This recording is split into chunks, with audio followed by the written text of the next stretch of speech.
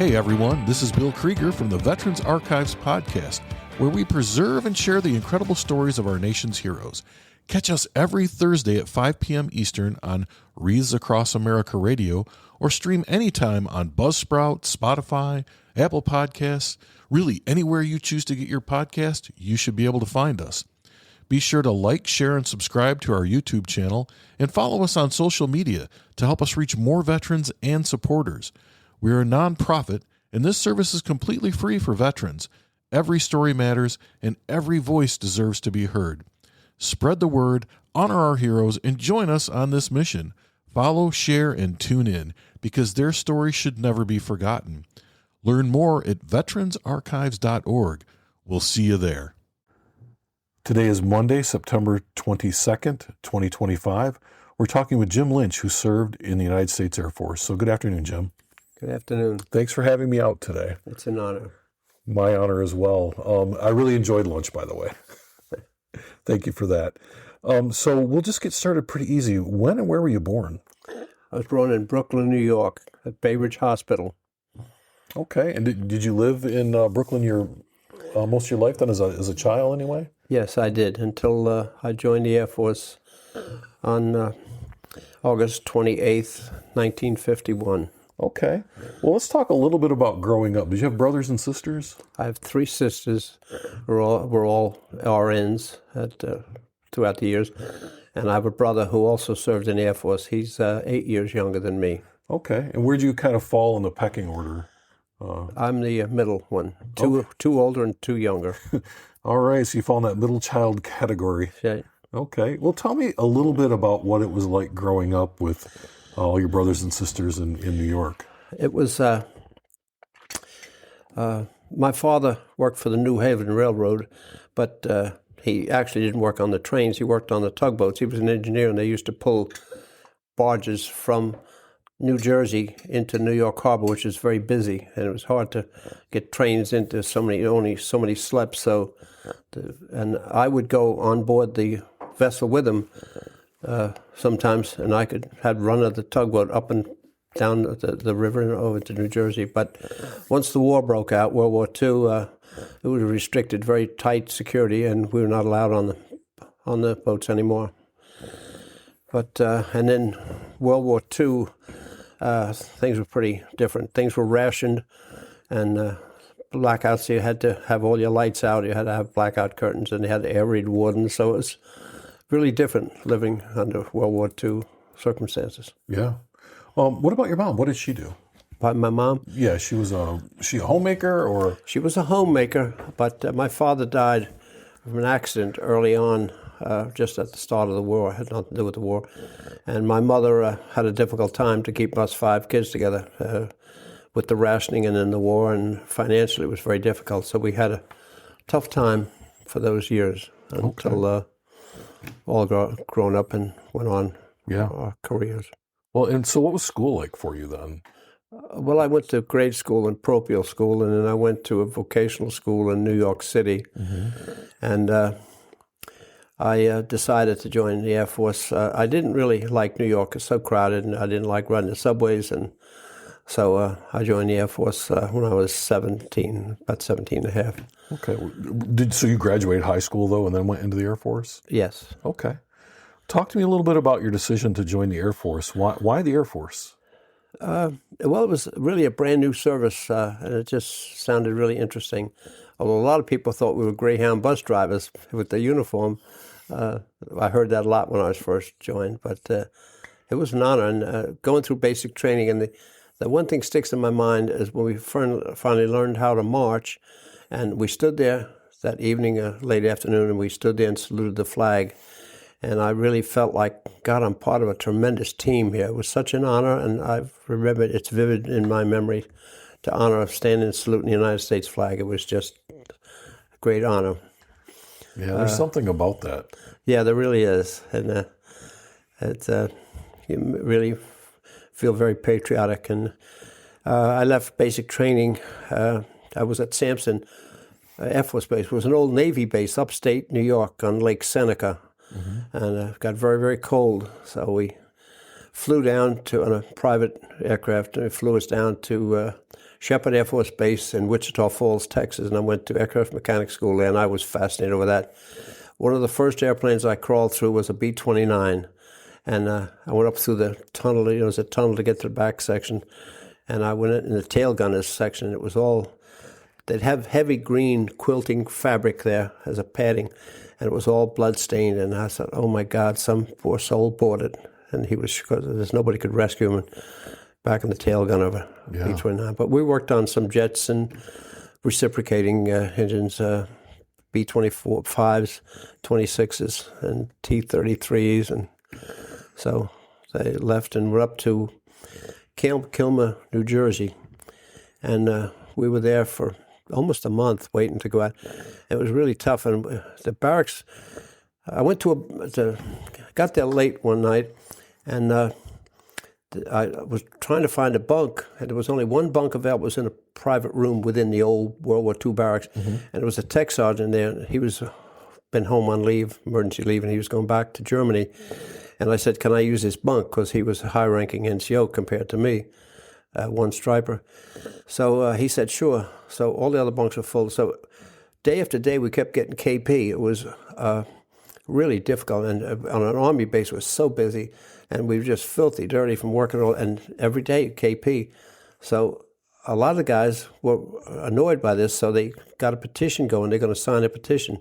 And this tech sergeant gave me the best advice I've ever had in my life. He said, don't sign that, because it's like mutiny. Yeah.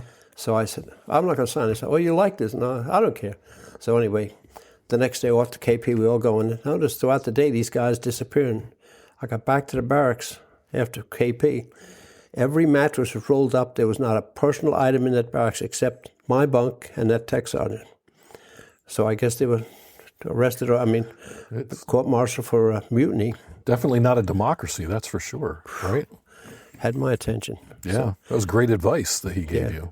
So then we were in New Jersey, and we went over to the waterfront. We boarded a ship, that Private Joseph Valdez, a troop ship, and we sailed up the North Atlantic and saw a lot of whales and porpoise, and we pulled into St. John's, Newfoundland, and we stayed there the night, or done some chores there, and then went over to the Navy base, and we flew over to Ernest Harmon, where I was assigned in Newfoundland. Spent a couple months there, and then I volunteered and had an opportunity to go on a top-secret mission to the North Pole, and I said, I'll go. And it was fascinating. It was like going to the moon. It was 73 years ago. So. Yeah. Well, did they just say, hey, we have this top-secret mission, who wants to go? I mean, how did the selection work for that? Yeah. There was a line chief, and a lot of guys, the Southerners really used to rib the guys from New York, and I had a real strong New York, that Brooklyn twang, and but I wouldn't let them get my goat, and I just say, oh yeah, that's the way they all talk. They all talk funny, and that's I don't know how they don't. Anyway, I just humored them. So he kind of got to like me, and he said, you want to go on this? It'd be interesting. So I said, it's top secret. Okay. Well, we had secret clearance, so off I went, and I took no Class A uniform, just fatigues, and Arctic clothing, but then we had a special issue of kind of boots and gloves when you go past the Arctic Circle. So we stayed in the barracks looked like a refrigerator, plastic handle doors, and there was a very tight quarters, and you only had 500 gallons of water per day because they had no plumbing underneath, and you had to conserve on water because you didn't take 5-minute showers. It's quick, lathered up, hose off, and that's it. And the water that you showered and brushed your teeth with, that's the water that flushed the toilets, and you had to pump the toilet. That's just the way it worked. Wow. And the captain said, who has a driver's license? So I had a first driver's license I ever had in my life. And he said, go up to Motor Pool and check out the biggest truck they got. So I went up and got a steak body, and I come back. He said, okay, now you take all the guys to chow. You come back, and you stay in the barracks. You restrict it because we're on standby. As soon as we get communications to North Pole, we're going to fly in these prefab buildings. So I'd say, chow time, and we'd jump in the truck, and I'd say, okay, it's time to go. And so, and Motor Pool kept calling and said, bring that truck in for inspection. I said, no, my captain said, doesn't leave here. You want to inspect it, you got to do it here. You better. And I would bring the truck back. And we'd jump in, we'd go to the North Pole, and I'd take the key with me, and I'd go right on up That's when we had trouble with the landing gear, and they opened the door, and there was a C-119 has clamshell doors, and So this is on the flight. flight to Nord. It's a Nord is the word Danish word for north, and they had so there was no equipment or anything. It was just little sheds for buildings. That's all they had. Right on the ice, and so they opened the door and said, "You're going to have to bail out because we're loaded like we were. If they landed without the gear, it would rip the belly out and we'd be killed." So, but I didn't like the idea I was dress warming up. I didn't have a weapon of any kind. So we're circling around, and he said, "Who's a mechanic?" I said, "I am." So it was 7 of us. I didn't know the guys, but anyway, he said, "Give me a hand." We had to cross some hydraulic lines, and they were all color-coded, blue, yellow, blue, with a 4-digit number. And he said, "Cross these 2 lines. If you cross-thread them, I'm going to throw you out anyway." I said, "What?" So better get it right then, huh? So anyway, I did get it, and they said, "Hit the gear." Well, the gear went down, but they didn't get a clear indication, so the gear was not very stable. We weren't sure, so they landed real high, and the load shifted some, and if it came all the way back, it would have crushed us all. But they got it down, and we landed right on the ice, and we had a hand pump what fuel they had left because we were almost out of fuel. And there's no, when you go to Nord, there's no alternate or emergency stop. It's there or no place on the ice. So we managed to get some fuel in it and sent them on their way, and we spent about 4 or 5 days there out of food. All they had was pumpkin pie to eat, and I do still like pumpkin pie. So they basically they couldn't fly you back just because of the condition of the aircraft, so they just left you there. Well, they weren't concerned that they could make it, and they didn't want to lose 7 more lives. So, and they had a crew of pilot, co-pilot, flight engineer, and I guess a navigator. But it's hard to navigate. 73 years ago at the North Pole, a compass just spins, and the magnetic pole, I understand, is 200 miles from the actual pole, and navigating is tough, and then the Russians kept sending radio signals to block our airways, so that's why we couldn't just say, "Oh, we're going to go today," because we had to know what the weather was, because we didn't have enough fuel to fly there and say, "Oh, we can't land if we come back," because Thule Air Force Base, which was just built in 1952, was 1,000 miles away, so... And that was quite an experience. And there was no cameras allowed. I had a nice new Kodak Retina camera I just bought. No cameras, no pictures, no alcoholic of anything, and never got paid. You had no haircuts, no one shaved. It was just, you had a parka. You notice the fur of a parka. You zip it up real tight, and then you're looking through the fur. That's to help the Eskimos come up with that. And because you get snowblind. And we were there during the light season, so... when you go to chow hall, you say, "Do I think it's morning or night?" So I don't breakfast, so you serve breakfast and dinner, whatever you felt like. That's what you'd eat. So the sun never set. No, right? no, never set. The whole time you were there. Not. What were you? What did they have you doing there? Pardon me? What did they have you doing there? Just manual work. I said something. The guy that built Thule, he was a retired Navy commander, and all I know his name was Blowtorch Morgan. And he was a real creative guy. The story about him, they dropped a bulldozer in one time when he was building Thule, and the chutes ripped and destroyed it. So anyway, they brought another one in, enough parachutes that got down, and he needed a spark plug for something.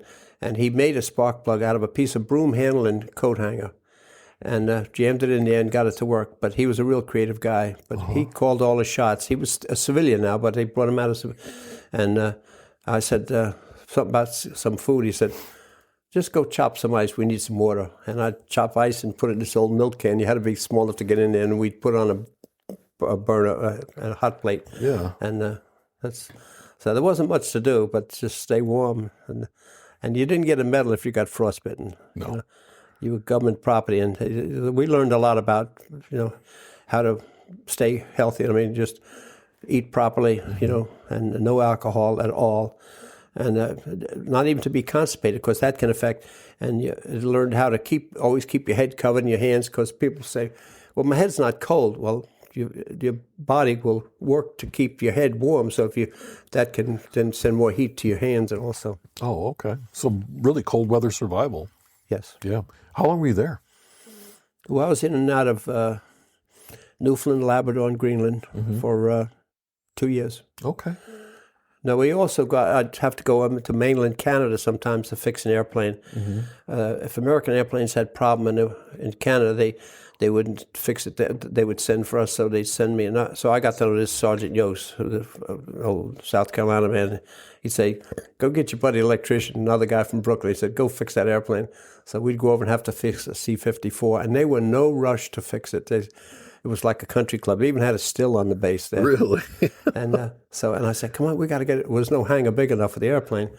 And finally the weather, Lieutenant Reese, first lieutenant, I said, I've got to get back. And I said, no, relax. So anyway, we finally fixed it. It was I had a liquid like on Hamilton hydraulic prop on number 3 engine.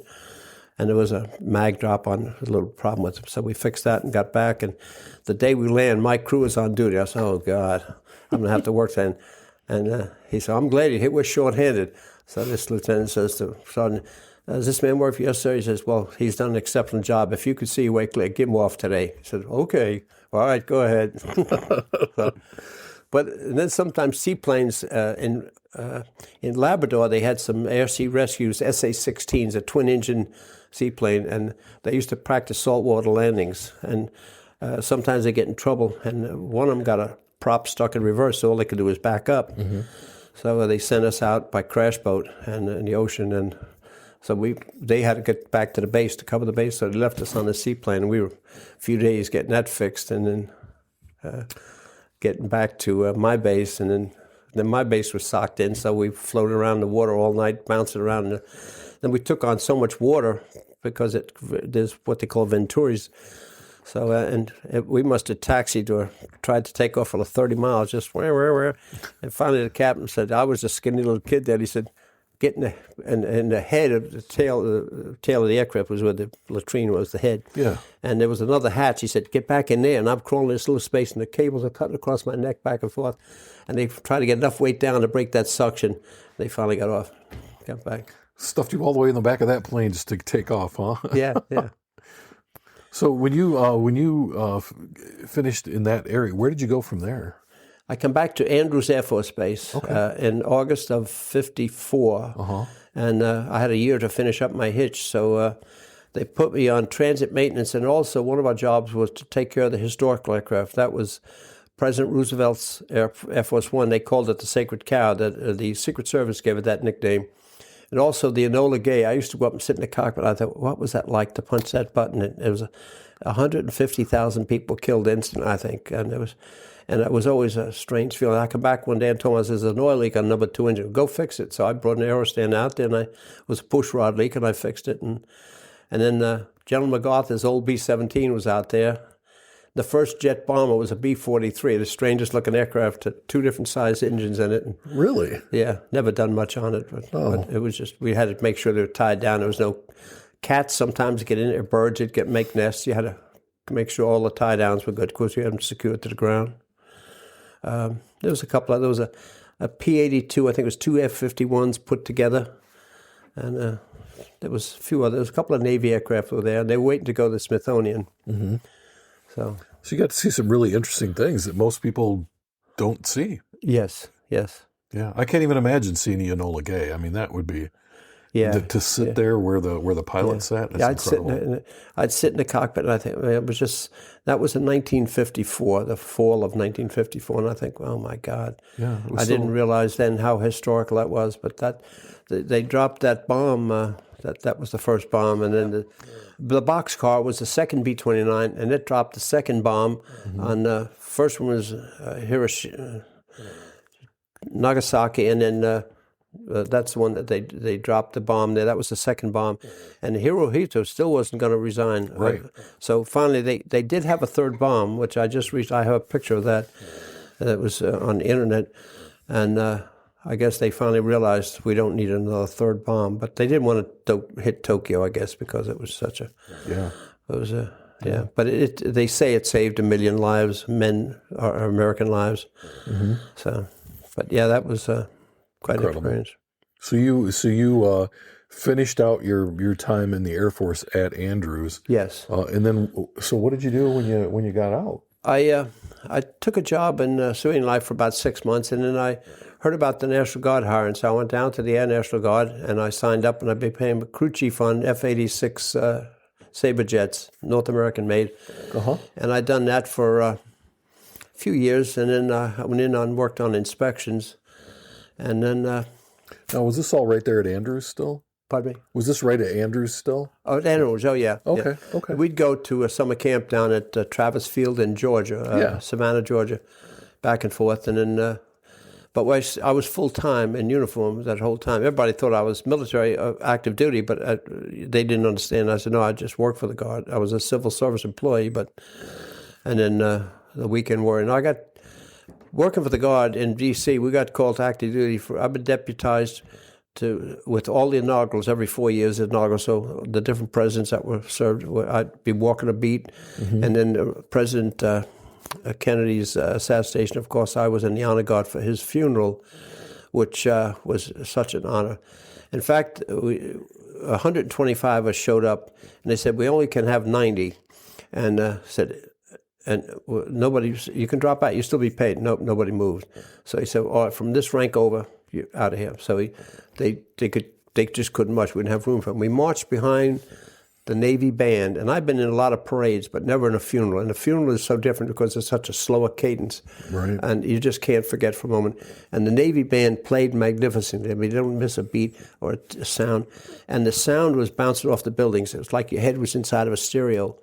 And as we marched through towards the White House, they took the caisson up the driveway for the White House for Kennedy's last trip to the White House. And the Marines were standing with port arms. That's where you hold your rifle out in front of you. And they were shoulder to shoulder. And I was on an outside rank, and you don't turn your head, of course, but I could turn my eyes. And I looked over, and I could hear in front of me, I heard a murmur, oh, God, oh, God. And it got louder, and oh, God. And I couldn't, why are they saying, oh, God? And I saw this Marine, the tears were coming off his cheek like a faucet. Oh. And it just comes out and said, oh, my God. And all the way down the line, as they would see it, they'd say, oh, God, oh, God, oh, God. The saddest thing. It's just, I mean, that's so vivid in my memory. People loved John F. Kennedy. The people really loved him. They did. They loved John F. Kennedy. He was... And of course, he called me back to active duty for the Berlin crisis in '61 to '62. But that was, and as I said, the photo lab come under my jurisdiction. And his personal photographer was Wayne Sherwin, who I keep in contact with all these years. And that's why he supplied me some of these pictures I showed you earlier from the funeral. Right. But yeah, and it was cold. They said leave the overcoats on the bus, and it was cold that day.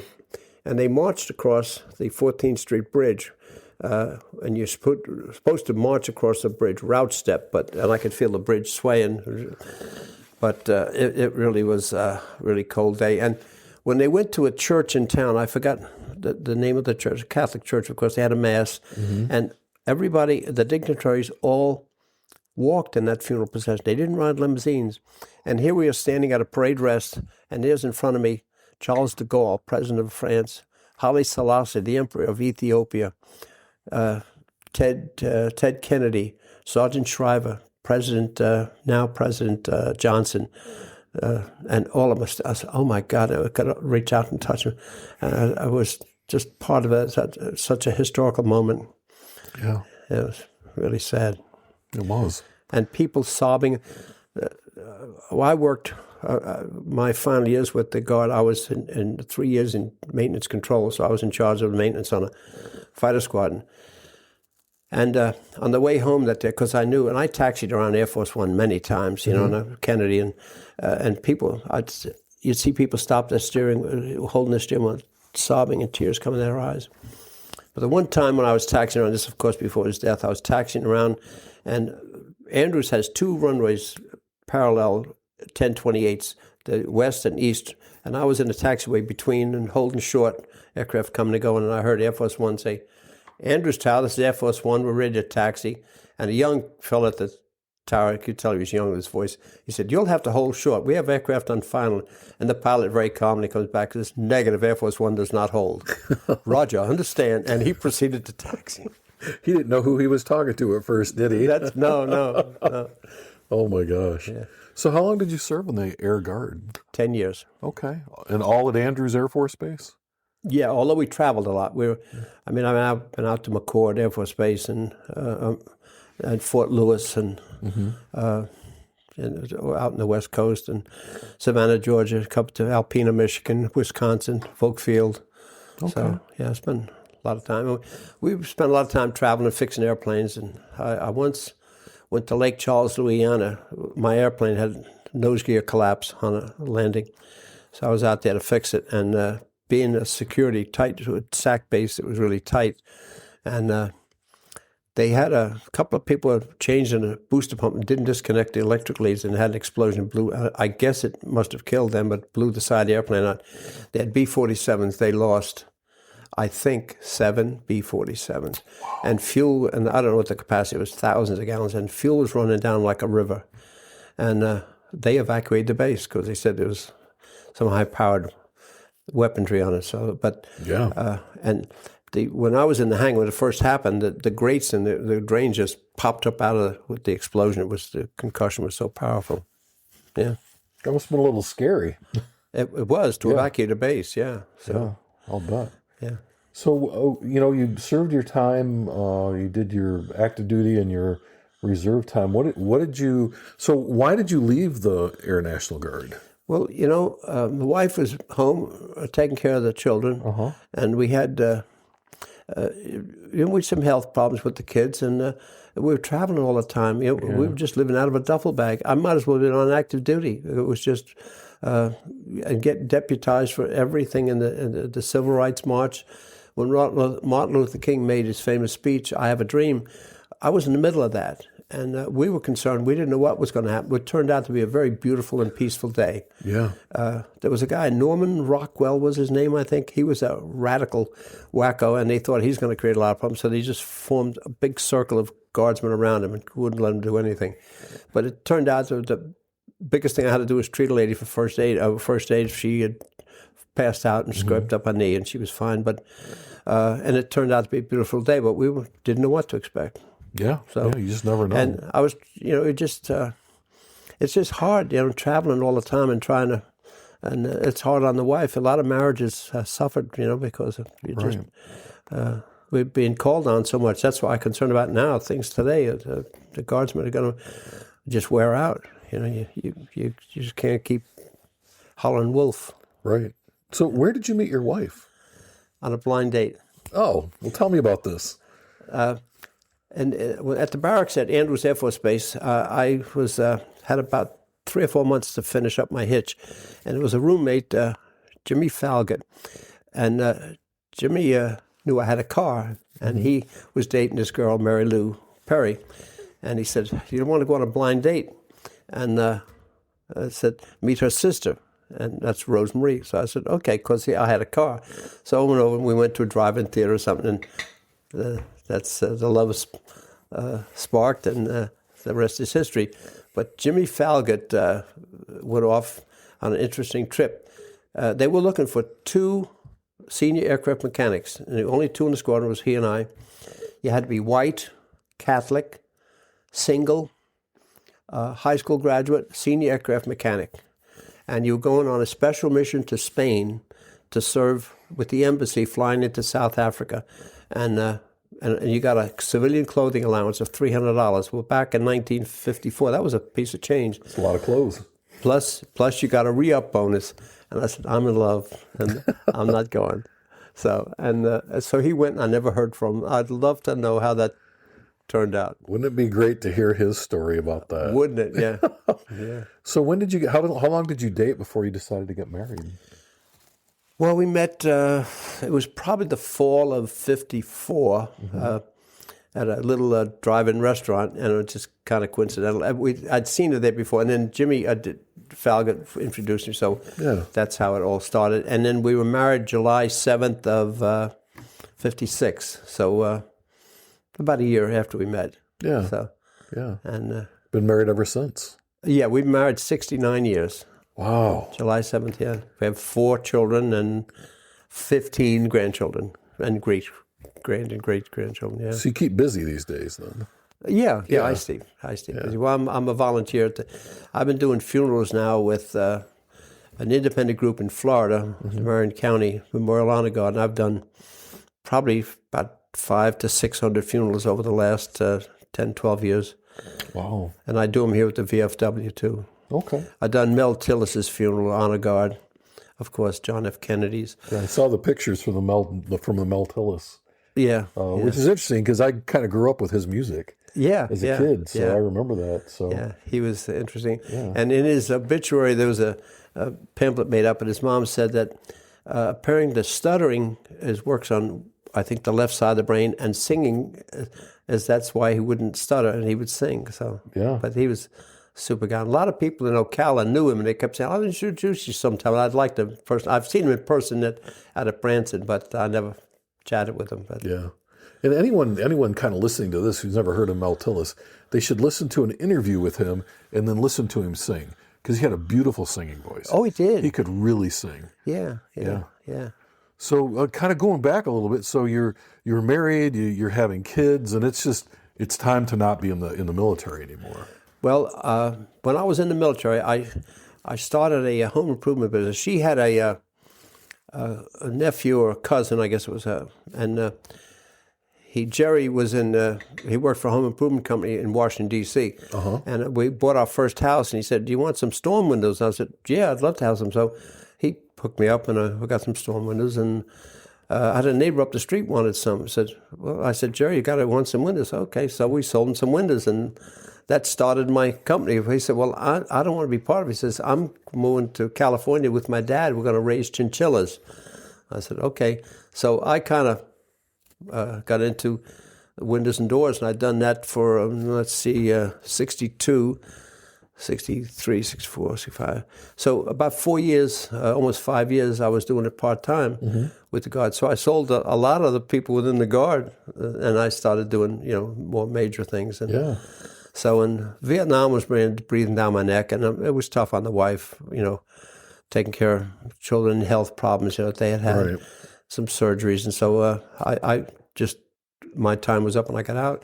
Plus, the money was not very good. I mean, I was making more money from my part-time businesses than I was from my full-time job. Yeah. So I think I was making $6,700 a year, military and civilian pay combined, and I was probably making $12,000 a year from my my company, General Home Company. So, and then over the years, I stumbled into that work at the Capitol Center with the Washington Bullets, now called the Wizards, and the Capitals hockey team. And so I was there for 20 years, and I did a lot of work. So I even did a job for Howard Hughes and AT&T, Bell Atlantic, World Bank, Remax Realty. So I used to decorate all the skyscrapers. Deloitte, Touche and Ross, the largest accounting firm. So it was really interesting. So your company would decorate those suites, wallpaper, the boxes. carpet, and then I built cabinets. And so I had cabinet makers that would make cabinets for me. And then, of course, I did windows and doors and siding. And if it was legal, I would tackle it. Yeah, why not? Why not? And you ended up with a suite yourself, right, for a while? Yeah, for 20 years. Yeah. Yeah. You got to meet a lot of interesting, famous people through that, didn't you? Yeah, I did. I allowed B104 during they done a fundraiser, and anyway, I met a lot of stars that night or that day, and so I set up a little booth, and this B104 was broadcasting from New York right there at the booth. It was neat. And then the DC 101. There was a guy by the name of Greaseman. A lot of the young guys loved. I just thought he was amazing. He was a character. But anyway, he'd come up and people just breaking their neck to get up there. And so he was a good follower. So, and then some of them, they would bring up different stars. Like Billy Joel would come up one night, and I met him, and he was really small. I didn't know he was so short. And he said, "You can ask me any question you want." He says, "Just don't ask me about my voice, because I got a cold." He said, "I sound like Rodney Dangerfield, no respect." And I cracked up. But he was really hilarious. And then Lou Gossett came up one time, and I was cooking up hot dogs. It was mid-concert. And so he jumped in, and he had hot dogs with us. And he was just down-to-earth guy. Wow, hot dogs with Lou Gossett. That's that's something. Yeah. That's something. Did you meet I was looking at your wall. You have a lot of famous people. I saw Jimmy Page. Was he in your suite at one time too? Well, yeah, we had an awful lot of people, and you made a lot of contacts. Like once I was invited up to an auction and through the Cap Center. It was down in Washington D.C. That's when I met Jim Brady, and then I bid on an auction. So it was to be at on stage with Kate Nally's show. That was Jane Curtin and Susan St. James. So my wife and I and my youngest daughter went up, and we were right up on the stage at the old Ed Sullivan Theater, not sitting in the seats. We're right on the stage. It took 4 hours to tape one taping of Kate Nally, and to go quite on the set. And it was just amazing to see how it all transpired. Yeah. And the Ed Sullivan Theater is up on, 54th Street, and so it was really kind of interesting to be there. And I met her afterwards. We had pictures with Jane Curtin, Susan St. James. But yeah, a lot of stars would come up, and then Prince Bendar used to use the skyscraper. They didn't like security. They were worried about their children, and right. Never any picture of him. And they always had his security people around him, but they would come up a lot of times to the suite. They like that, and his wife, Princess Haifa, and The princess called me Princess Haifa called me one night. She says, "I want you to take my 2 daughters to meet George Michael." So it was a couple of weeks before. Well, if you start something in motion, then so many people get involved, it falls flat. It never happens. So I waited till the night of the event. I called back and I said, "Prince Bendar, the ambassador of Saudi Arabia, his 2 daughters, Princess Lulu and Princess Nita, wanted to meet George Michael tonight." So they said, okay. So I brought them backstage they always sent one of their Interpol security guys, and they go back into a private room there. And George Michael was so gracious, very nice, and the girls were shaking his hand, and they were just like giddy little teenagers. Yeah. And with that, the one princess takes her jacket off. It's a denim jacket, and I don't know if you've seen an airbrush. They had airbrushes, and his portrait was on this airbrush. And I've seen him in Mississippi one time. They sell for $2,000 to $3,000 back then. Yeah. And she takes us, "Well, I want you to have my jacket." And George Michael says, "Well, I can't take that from you." She was so disappointed. And I said, "George, I'm sure if the princess wants you to have it, I would please ask you to take it." He said, "Oh, you sure, Jim?" "Yeah." And he put it on his arm. "Thank you." So we took it. She just smiled. And she gave him that beautiful denim jacket. Wow. And he was so gracious. It was nice. That's just amazing. Yeah. So for 20 years, you really, this was your life then. It really was, because I'd have to sublet it to help pay the bill, Right. And I wouldn't do individual tickets. Corporations, I'd get like Pepsi-Cola won it one night for, they were sponsoring this Kenny Rogers concert. So, so I said, sure. So they had it, and so they said, "Let's go backstage and meet Kenny Rogers." Okay, so we went backstage and met Kenny Rogers. He was real famous, but no autographs. Posed for pictures. And we're posing for pictures, and these guys are jumping in, putting whole fingers. I stopped fooling around. I didn't know. It was the Oak Ridge Boys. Oh, no. Yeah, the Oak Ridge Boys were just horsing around us home. I didn't even recognize them. Yeah. Yeah, those guys are funny. Oh, yeah, yeah. I didn't realize how funny I saw them live, and they're great. Yeah, but that's it's amazing the stars that you see and run across. Yeah, but it was interesting at 20 years, and it just got so costly I just couldn't afford it anymore. And then this whole time you were running your home improvement business? My own business. Okay. But so I did a lot of work in the building for them, decorating for the wallpaper, and you learned all about carpeting, wallpaper, and cabinets, and then it would branch out like. The arenas have their tickets printed on a machine called the Boca. Boca is a company. And the way I understand it, they charge a nickel a ticket. They don't sell you the machine. They just rent it to you, a nickel a ticket. And they have a counter. So the ones that they had at the Capitol Center, and they were overheating. They'd got new machines, and they put them on the old stand. Well, they took the cowling off, and the air wasn't getting, so they were overheating. So they said, "We need a new cabinet." So I said, okay. So I went over and I worked with the people that work with them. I said, "Where do you adjust them? How high, how far, how fast do you need wheels?" And they just explained everything to me and where you adjust it. Do you have to know you have to lock it? Because the card stock, the printers, that's like money. Because somebody could type up there. So I finally, and I called my cabinet guy. "We got to work tonight." And we worked till midnight I brought the prototype in. They said, "That's great. We need 52 of them." 52. So what held me up, I finally got them. And Chicago was kind of the headquarters for hardware, and I needed casters. Well, that's over 200 casters. So they finally got them, and we shipped them. And so I just kept delivering, and they just kept, and I'd done that for about 2 years. Just making, it's kind of funny the things you get into. Right. So when you so you ran your business as well for 20 years? Is that how long you were in the...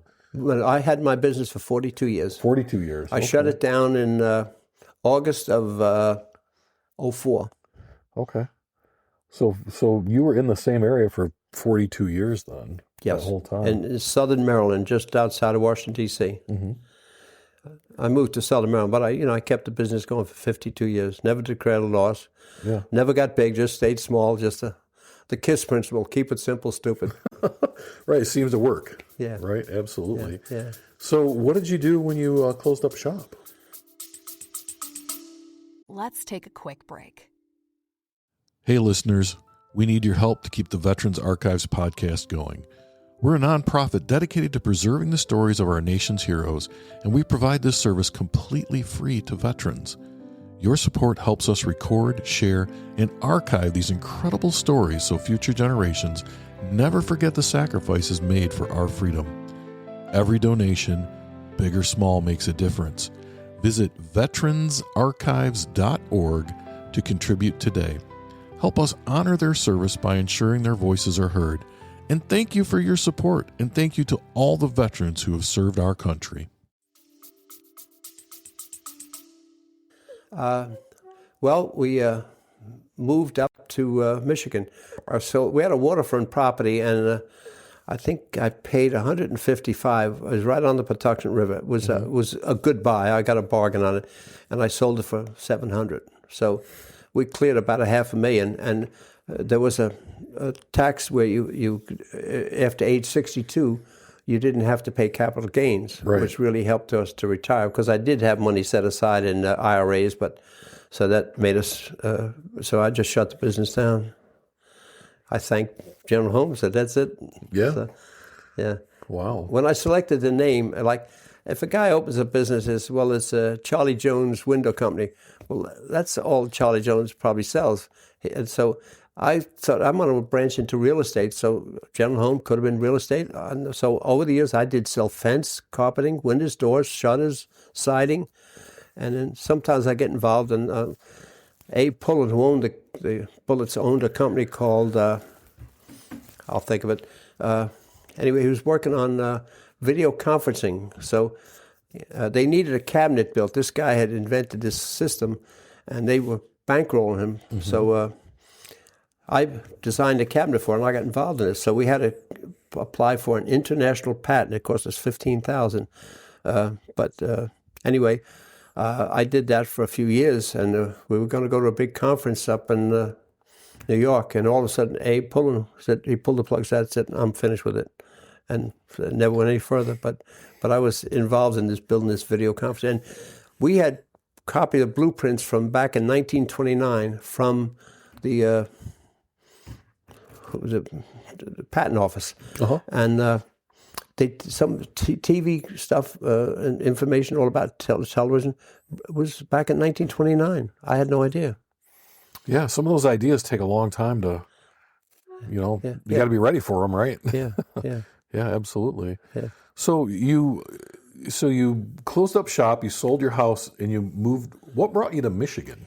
Well, my daughter went to law school here at Cooley Law School. Okay. And she went to Towson University in Baltimore, and when she went to private school in Maryland. Mm-hmm. Anyway, Lorraine High School. The nuns there had the conferencing for deciding what would be, and she come home and said, I think I'd like to be a paralegal. I said, that's great, but why not just be a lawyer? Do you think I can? Sure you can.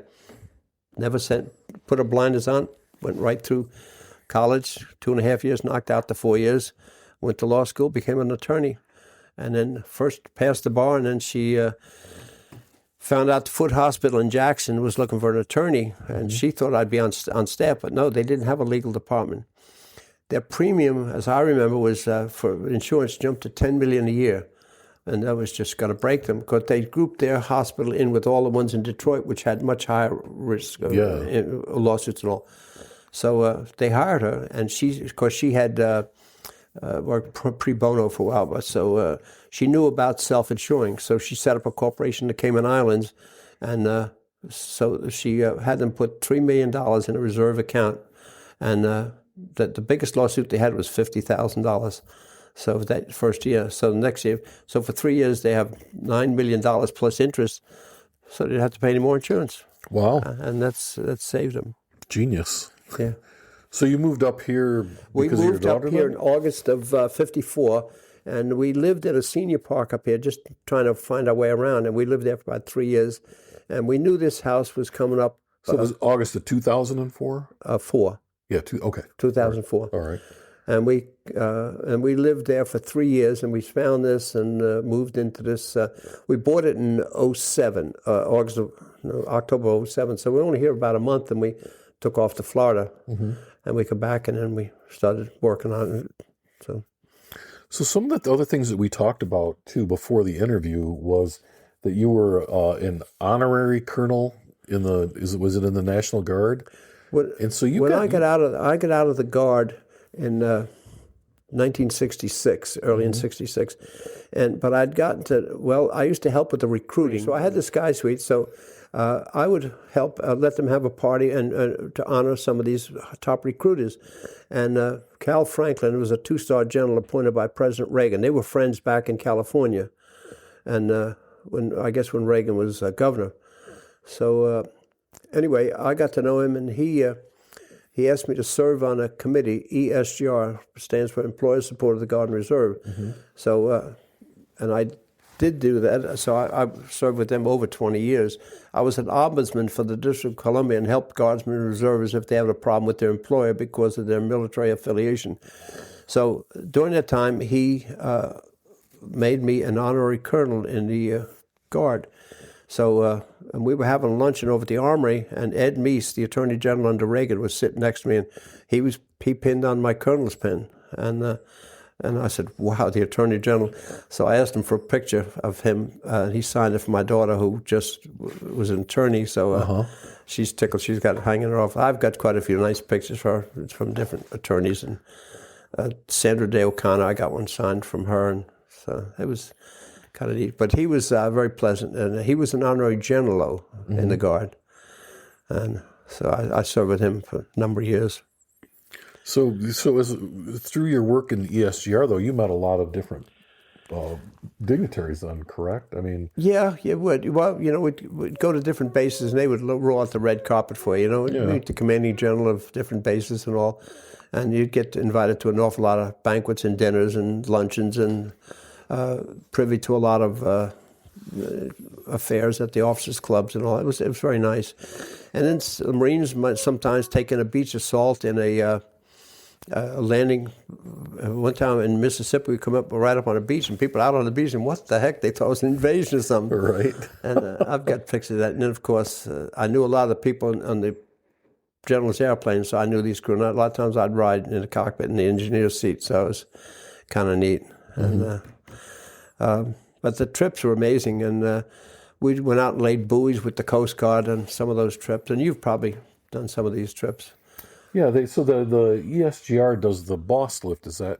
Yeah, that's a boss lift, yeah. So that's where guardsmen can invite their supervisors or bosses to go see what they do, basically. And the objective is to take these CEOs and key people to show them the important role that the Guard and Reserve play in our national defense, because 54% or 56% of our national defense comes from the Guard and Reserve, so we get more bang for the buck.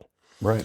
And it's really a good system, and because you can activate your Guard and poof, you back up to strength. Yeah. Yeah. So how long did you stay with the ESGR? Are you still involved with that? I guess I've done 20 years with them. Okay. Yeah. All right. Yeah, many trips, and I used to help them with a lot of different things, and I'd shoot pictures of the whole event, and then I'd make a nice display and they'd take them over to the Pentagon. Some of them were hanging up in the Pentagon, and they, to show them, because the picture's worth 1,000 words. So, and I'd show some of the places we've been, and I've gotten some nice letters back from the general saying, thanking me for the, how they appreciate them. Yeah. So there's a couple things I want to talk about too. So tell me about meeting President Reagan's secretary. I thought that was really Her name was Kathy Osborne. She lived in Clinton, Maryland, as I remember, and she was my guest that night. That was the night we had when President Reagan went to Russia and toured around, and he really enjoyed that, and he invited them back to the United States, this entourage of people.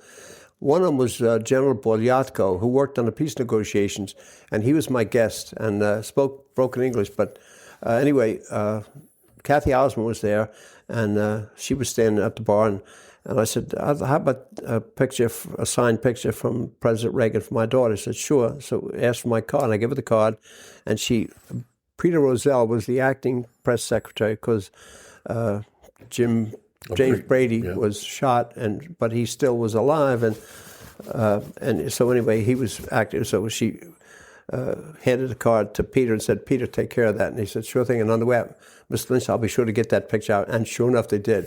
And the envelope come from the White House. It says White House, Washington, not the White House, Washington, D.C., 1600 Pennsylvania. It was just White House, Washington.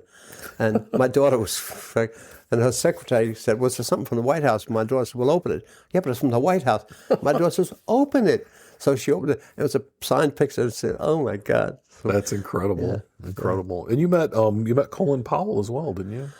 Yeah, Cal Franklin invited me to a black tie affair at the Library of Congress, and I'd never been. I passed a number of times, and the ceilings in the Library of Congress are painted like the Sistine Chapel in Rome. Mm-hmm. And if anybody gets an opportunity, they should see that. It's just a gorgeous building. And so I stepped off the elevator, and there's Cal Franklin standing there with Colin Powell. "Jim, I'd like you to meet Colin Powell." Colin Powell. So we had supper with Colin Powell, this dinner affair, and there was a fellow sitting next to me. I said, "What do you do?" He said, "I'm the governor of Tennessee, Keith Grunquist." Anyway, he was not a real nice guy. He was very pleasant. Yeah. Yeah. Yeah. What did you said something to him, though, when he said he was the governor of Tennessee. I said, "It's a shame you can't do better." And we had all had a couple of sarsaparillas, I guess. And he giggled a little bit and he laughed. He took it. It was just a good joke, Yeah. It was fun. But yeah, that was very interesting. So, you've been in Michigan for, 21 years then, right? Yeah. We've been in this house here. We're starting our 18th year, so long as we've ever lived in any house. Yeah. So what have you been doing since you closed up shop and moved here? Well, I'm active with the Guard, and in the Senior Center here, Eaton County Senior Center, they have a musical madness show every year, and for 10 years straight, I built the stage props for them. And then my wife was a line dance nut. She loves line dance, so she would choreograph and perform on the stage. And whoever thought we'd be doing this? And I did a few skits on the stage too. I dressed up as a fat Elvis, and then we do Jailhouse Rock, And so we've done a lot of silly things, but the show and the pictures are all. I've got display pictures of all over the walls in the Senior Center.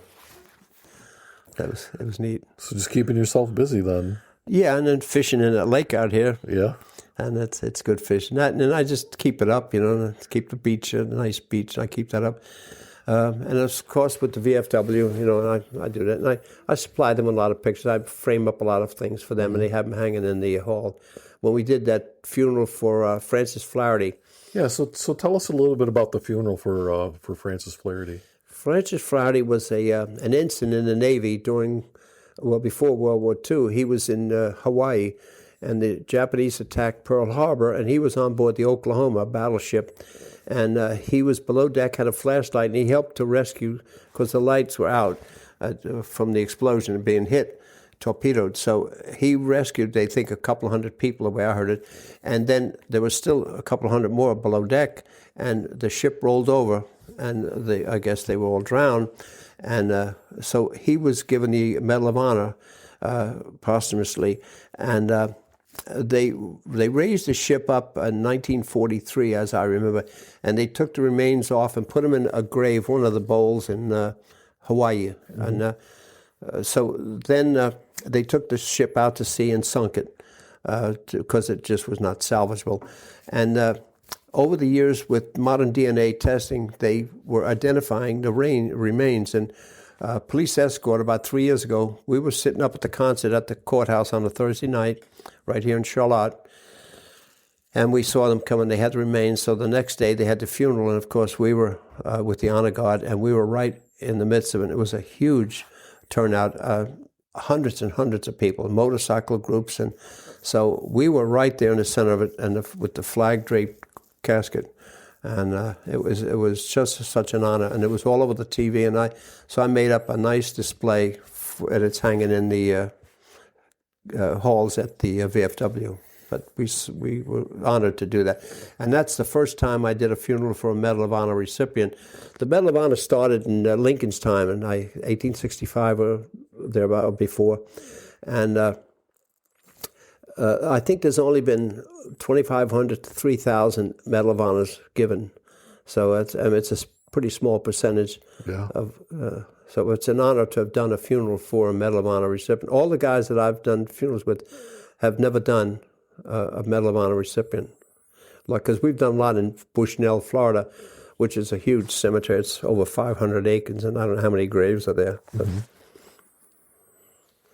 Wow. So you got to welcome him home and lay him to rest. Yeah. Wow. So you continue your life of service, even though you're retired and you're still working with the VFW and other organizations. Yeah. We've covered a lot in this interview over the last hour. Is there anything that we haven't talked about that you wanted to share? Boy, that's you come up with some really good questions. That's one of. I'm sure I'll think of something after you leave and we separate. But everyone does, by the way. Yeah.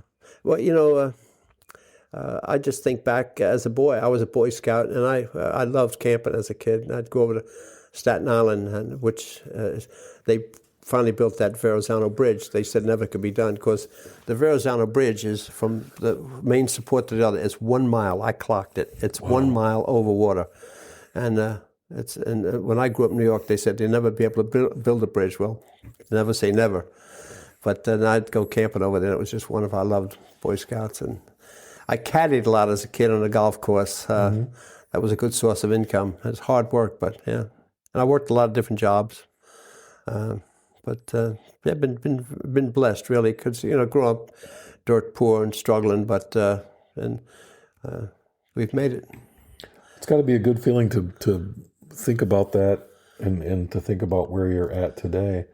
Yeah, I felt very fortunate, but I always felt like there's an opportunity, take it. It might not come again, Well, a lot of what I've heard today, because we've spent some time together, and not just in this interview, but just in the time that I've spent with you, and you say a lot of times, it just happened. It just sort of came together, or it was just dumb luck, or whatever.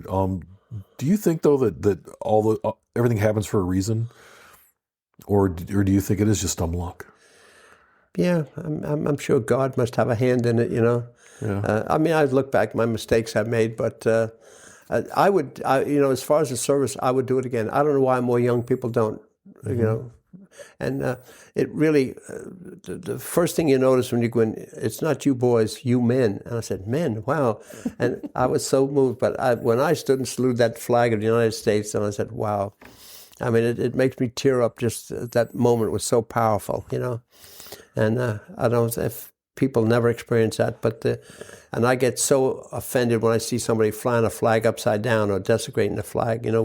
We're so fortunate to have this wonderful country, and the freedoms. I've been to so many other countries and seen the poverty and the sickness and the sorrow and the lack of, and I hear people complain, this is rough. And yeah, but you got 3 cars, you got a summer cottage, you got all kind of insurance, you got Social Security.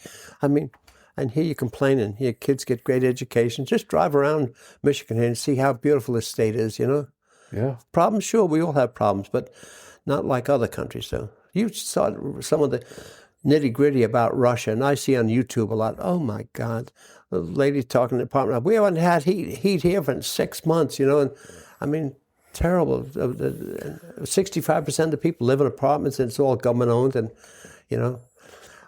I knew some people at the Cap Center, went over to the Olympics or something, someplace. Anyway, when I was in Hawaii the Rolling Stones sent us to Hawaii on our wedding anniversary. Let them use the Sky Suite, this radio station, so they gave us a trip to Hawaii, all expenses. Wow. And how nice. Yeah, it was wonderful. And that was our 25th anniversary. So anyway, I come back and I had some T-shirts what's that triathlon thing they have there to swim so far and so many miles. Oh, yeah. So I brought back some T-shirts. Well, they went nuts over them.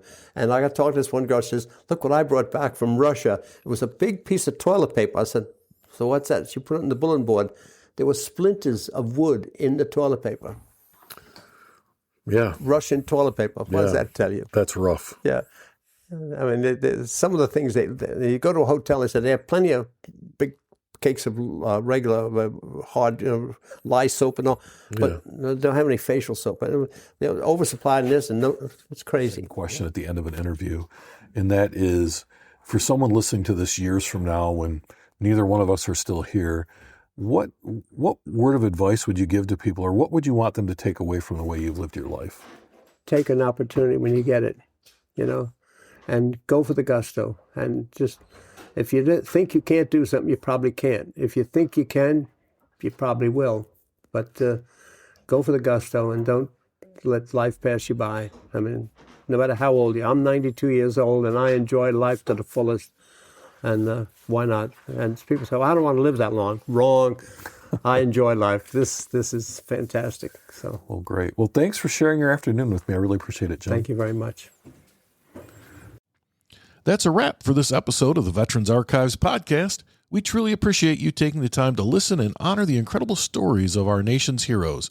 Don't forget, you can catch us every Thursday at 5 p.m. Eastern on Wreaths Across America Radio, or stream past episodes anytime on Buzzsprout, Spotify, Apple Podcasts, and as I've said before, any place you can find a podcast, you can find the Veterans Archives podcast. If you enjoyed this episode, please take a moment to like, subscribe, and share our content on YouTube and Facebook and TikTok and Instagram and across all social media. Every share helps us reach more people and preserve more stories.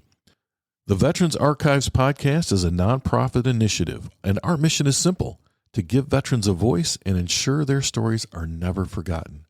This service is completely free for veterans because their sacrifices deserve to be recognized and remembered.